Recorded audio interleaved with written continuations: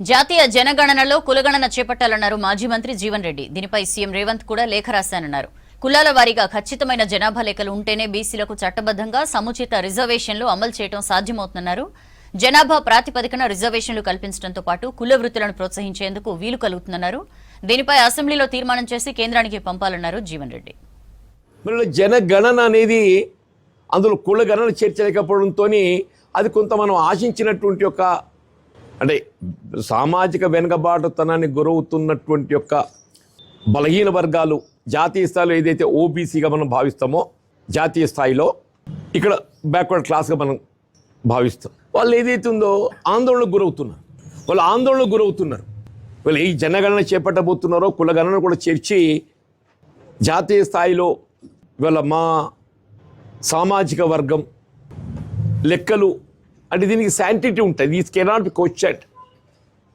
ఇప్పుడు జాతీయ స్థాయిలో చేపట్టబోయే గణాంక వివరాలు ఏదంటుంటాయో దీనికి శాంటిటీ ఉంటుంది.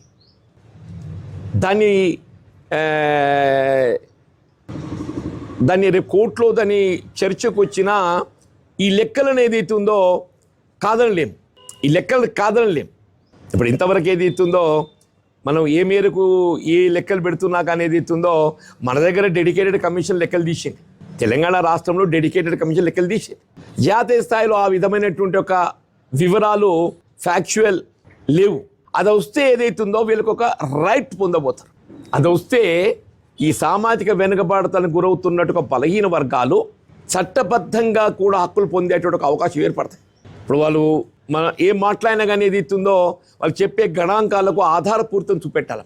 ఈ లెక్కలు వస్తే ఆధారపూరితం వస్తాయి. ఇప్పుడు కేంద్ర ప్రభుత్వం ఏదైతుందో మేము లెక్కలు చేస్తామని చెప్పింది. But somehow they are not going by it. దాన్ని అమలు చేయలేకపోతున్నారు. వాళ్ళ జనగణన ప్రకటన వెలువడ్డది,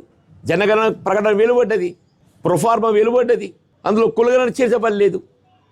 నేనేమంటున్నా మన తెలంగాణ రాష్ట్రానికి సంబంధించి గౌరవ ముఖ్యమంత్రి గారు వీళ్ళు మనవంతు బాధ్యతగా వీళ్ళు ఈ కులగణను జనగణనలో చేర్చబడే విధంగా కేంద్ర ప్రభుత్వంపై ఒత్తిడి తేవటానికి రేపు రాబోయే శాసనసభ సమావేశాలలో దీన్ని తీర్మానం చేసి ఏకగ్రీవంగా ఇప్పుడు గతంలో కూడా ఏదైతుందో రాష్ట్రంలో రాజకీయ పార్టీలన్నీ కూడా ఈ సామాజిక వెనుకబాటుతనానికి గురవుతున్న బలహీన వర్గాలు కల్పించాల్సిన హక్కులకు సంబంధించి అందరూ కూడా ఏకాభిప్రాయం వ్యక్తం చేశారు.